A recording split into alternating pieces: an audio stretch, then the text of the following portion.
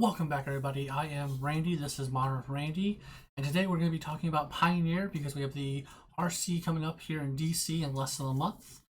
As always, guys, if you like what you're seeing, you like what I'm doing, go ahead and leave a like on the video, subscribe to the channel to keep up with everything that I'm doing, and let me know what you guys think is going to be the breakout deck here in DC coming up. But as we get to DC or get closer to DC, I am qualified for it, so I've been playing a bunch of different Pioneer decks, especially now since the metagame has kind of opened up and we've had the bannings that happened.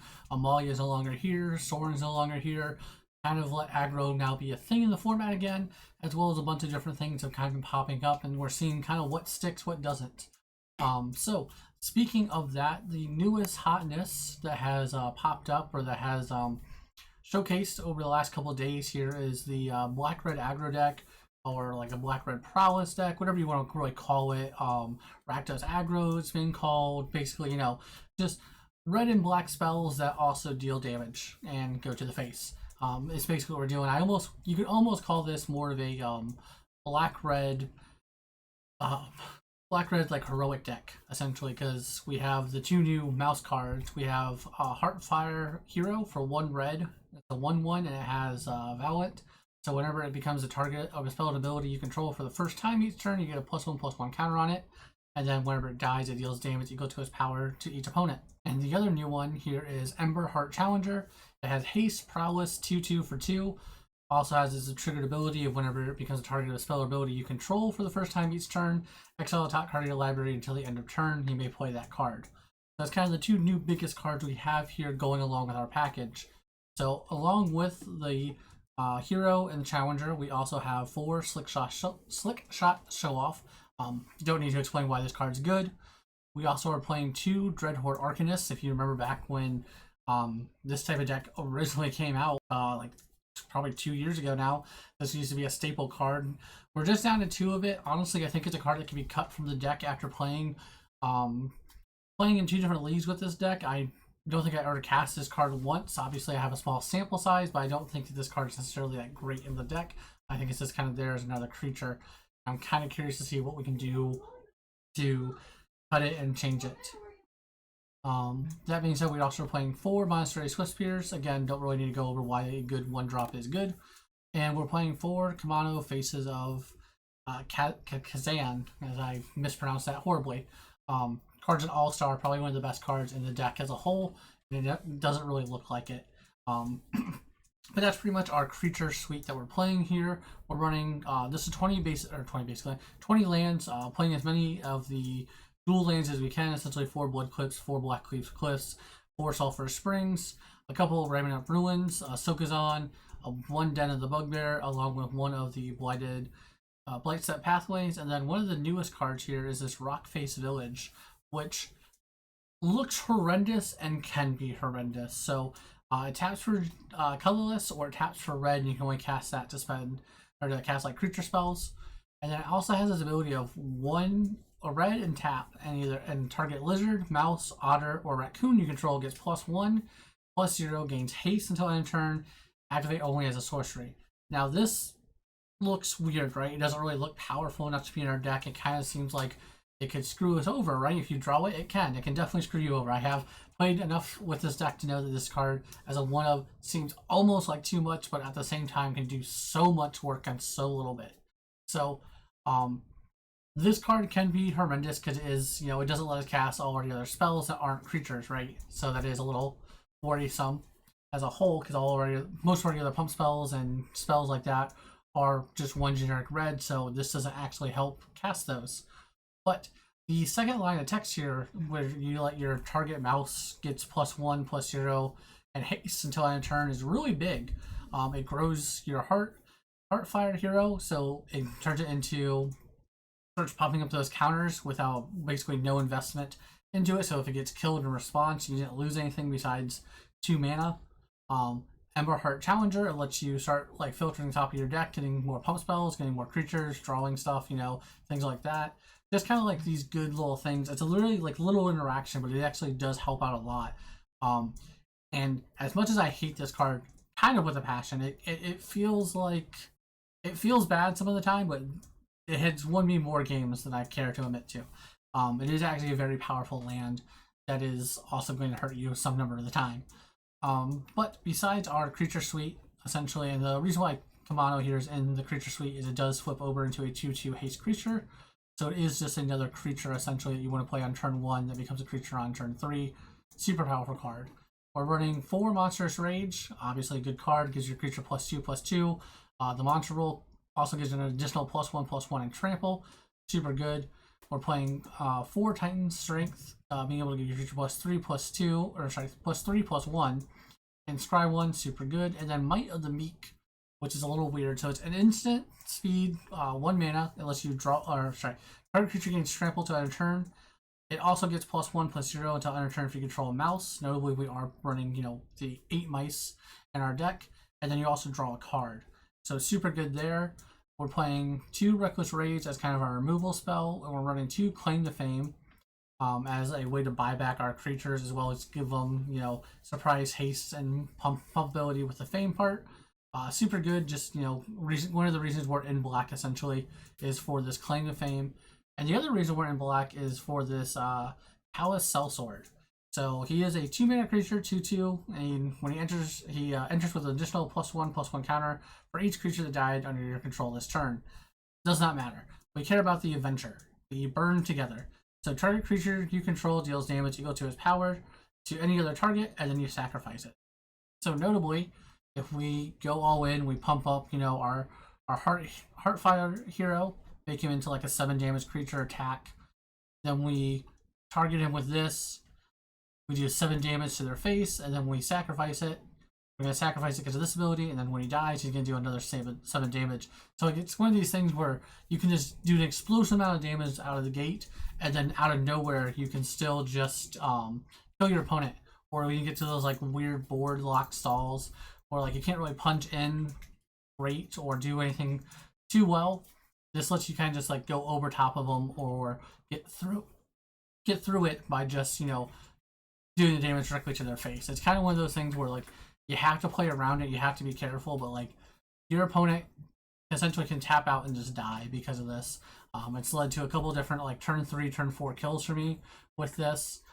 Super powerful card and super just kind of innocuous, where like if your opponent's not thinking about it or haven't played against this deck a lot, they can just die out of nowhere essentially, where they look at their like, oh, I'm at like 15 life, that's a healthy life total. And it's like you attack them for 7 or 8, and then you just throw 8 more damage at them where they're not expecting it, because like who's playing Fling in 2024, right? So super good deck. Like I said, I played 2 different leagues with this because this is a deck I was thinking about taking to DC. It's still on my list for sure after going 5-0 and then 4-1 in the next league. Basically, my only loss so far right now is the mono green, and that was when it had the nut draw, both game 1 and 2. So not much I could do. Where when they have 12 mana on turn 2, I'm not doing too much, essentially. But the deck has felt very strong, very consistent. Some of the things I would change about this deck, though, is I feel like I want a couple more instants or sorceries in the deck. I think I want to cut the Dreadhorde Arcanist. It just doesn't feel that strong overall. Those are some of the biggest changes I would make to the deck as I've worked on it, or as I played with it so far. Going over the sideboard, though, nothing too crazy suspicious. We are a Jegantha deck because we can be. I have yet to cast him in 10 games. I think if you don't want to play Jegantha in your sideboard, it's perfectly fine not to. I can see a reason not to. This is a list that I copied and pasted that got first place in one of the challenges. So this is their sideboard that I was playing with for the last 2 leagues.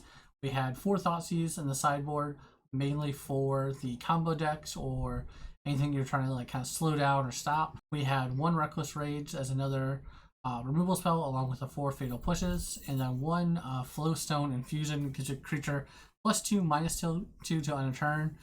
Seems like it'd be good in the mirror match, essentially. I did bring it in. I never got to draw it or play it. It's not something I'm necessarily sold on as a whole. 2 unlicensed shirts for the graveyard shenanigans. So you have the food deck, you have the you have Phoenix, you have Greasefang, things like that. Then we had 1 Obnixilis and 1 Hazoret of the Fervent. Excuse me.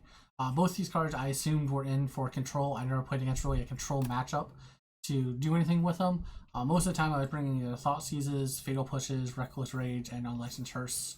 Essentially, it was kind of like where I was going with based off of what I played against. So in my first league, I played against the Mirror Match twice, beat them both. I played against Is It in Soul, which was a little bit more challenging, but you can just kind of come out of the gate super fast. Fatal Push does a lot of work in that matchup. When you're able to Fatal Push their 5/5, if they don't put it on like an indestructible creature, it's a huge backbreak for them. I played against Phoenix. That definitely feels like a rougher matchup as a whole. I will say that Phoenix it felt like it was a grind. It's definitely a grind. It's a hard matchup, I think, as a whole.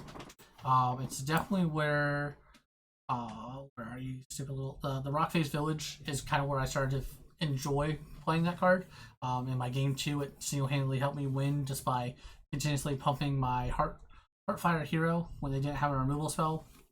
We had traded a lot of resources back and forth. My Fatal Pushes came in. They were huge against their blockers. And Heartfire hero kind of got there eventually with this being a big enough threat where they could no longer kill it because they would kill them if they killed it. So that was kind of cool in that matchup. And then in game 3, I was able to go a lot faster than they were able to keep up with. And then I played against Mono Green for my 5-0 final, or for my finish in the 5-0. And Mono Green doesn't feel like a bad matchup at all with this deck. It feels bad if they have the nut draw, but I think that's almost every deck in this format, where Mono Green just like goes, whoops, I got 20 mana on turn 3, and put out 400 cards. Do you concede? Like, yeah, I guess so. I'm glad this is still allowed. But the mirror match is kind of weird. It's definitely a lot of like who draws better. There's definitely play draw to it. Obviously, there's some back and forth with it. Definitely a interesting matchup as a whole. Is It in Soul? I don't think it's too terrible. I think it's still a lot of dependent on what kind of removal they have versus how you play around it and such. And then, like I said, I think Phoenix is probably one of our worst matchups with this deck, which does worry me some going into DC, because I assume Phoenix is still going to be probably one of the prominent decks there, just because it's a deck that people know, it's a deck people have, it's a relatively cheap deck to take, and it's super powerful. And then in my next league, I played against Convoke. Convoke, weirdly enough, didn't feel like a super bad matchup. Now, that being said, it depends on, they didn't have the nuts any of my games I played them, so I'm not sure. And with the nuts, I guess I mean them bringing out a like 14 power on turn 2 with the Convoke ability, bringing out like the Luxodon and putting counters on all the creatures. They didn't do that, so I don't know how that skews it. But you are super aggressive and fast, and they do make a bunch of like 1/1 blockers. So being able to like come out and swing for like 7 a turn with trample hurts them a lot, and they have to eat up a lot of their resources to not die from that. So I do think that matchup overall seems okay. I do think it's kind of like top heavy in the sense of like, I think if they put 14 power on turn 2, it's probably a lot more challenging, but I'm not exactly sure how hard that matchup is as a whole. The matchup didn't feel too bad, except when I couldn't draw either creatures or spells, basically, which was happening in game 2. Like game 1, we were able to steamroll them. Game 2, I don't know if it was spells I couldn't draw or creatures I couldn't draw. I think it was spells, and they just eventually like flooded the board around me to where I couldn't win. And then game 3, we just had lands and spell. We had creatures and spells, so we just overran them. Then I played against Jund Sacrifice 2 times in a row. The deck feels weird to play against Jund Sacrifice. Jund Sacrifice is kind of weird. You have the trample ability, which really helps against the cat and things of that nature. It's a lot of figuring out when to go for it, figuring out when not to, making sure you're not playing into their fatal pushes, things like that. I mean, it's just kind of like obvious play patterns of an aggro deck. So it didn't feel bad both times I played them. I didn't think I was super underfavored or super like ahead or super favored. But it did feel like where I'm just kind of like going too fast before they can set up. And even the games where we were kind of like struggling through and whatnot, I was able just to overwhelm them with too many creatures, and then triggering just prowess once on 3 creatures, kind of just put them out of the game. And then I played against Angels and 1-2-0. I think I got incredibly lucky against my Angels opponent. For sure, game 1, my opponent didn't do anything until turn 3, so it was just not a game. And then game 2, I had like 3 Rakdos rages for every time they played their 1/4 guy who, whenever you played an Angel, you gain 4 life. So they never got to gain life off of those. And I was able to overwhelm them after that because they weren't gaining any life to like offset my damage. But it was definitely felt like I won a game that I won a match that I should not win. I think the Angels is probably a hard matchup for you. I think obviously if you can beat them early on, and put them on the back foot, obviously it puts you in a good position. I think this deck can put them in a good position like that. And I think that like if you can stop the 1/4 early on, I think game 1's probably your worst match. With that, because theoretically they should have the 1/4. You have 2 answers to it, and you're 60, so a little harder to answer that. And then after sideboard, obviously we get much better strategy. But that being said, I do think that I kind of stole that match as a whole. The deck has felt very strong. I'm definitely considering taking it to DC at this point, based off of my testing I've done so far. Super good deck, super resilient. Plays a long game like you wouldn't think it would. That being said, I think the biggest thing this deck needs is a couple more spells. I think that the 11 that we have is just not enough. Between Titan Strength, Monstrous Rage, and Might of the Meek, I think that I want to cut these 2 Dreadhorde Arcanists and turn them into some other spells. Maybe some bolts, or I guess not bolts because that's not legal in Pioneer. But maybe maybe turning these into 2 Play with Fires. I could see that being a good ability, or some kind of like just damage spell. But other than that, I've liked the deck a lot. It does well, in my opinion, against kind of a variety of different decks. And I will keep you guys posted on what I'm going to be playing, what I've been playing for the RC coming up here in DC in October. As always, guys, if you like what you're seeing, you like what I'm doing, go ahead and leave a like on the video, subscribe to the channel to keep up with everything that I'm doing, and let me know what you think is going to be the breakout deck in DC. What's going to take it down? Is Phoenix just going to be #1 still, or are we going to see this deck take over? Are we going to see Angels maybe take over, or some other deck that no one's even talking about yet? I'll catch you guys next time.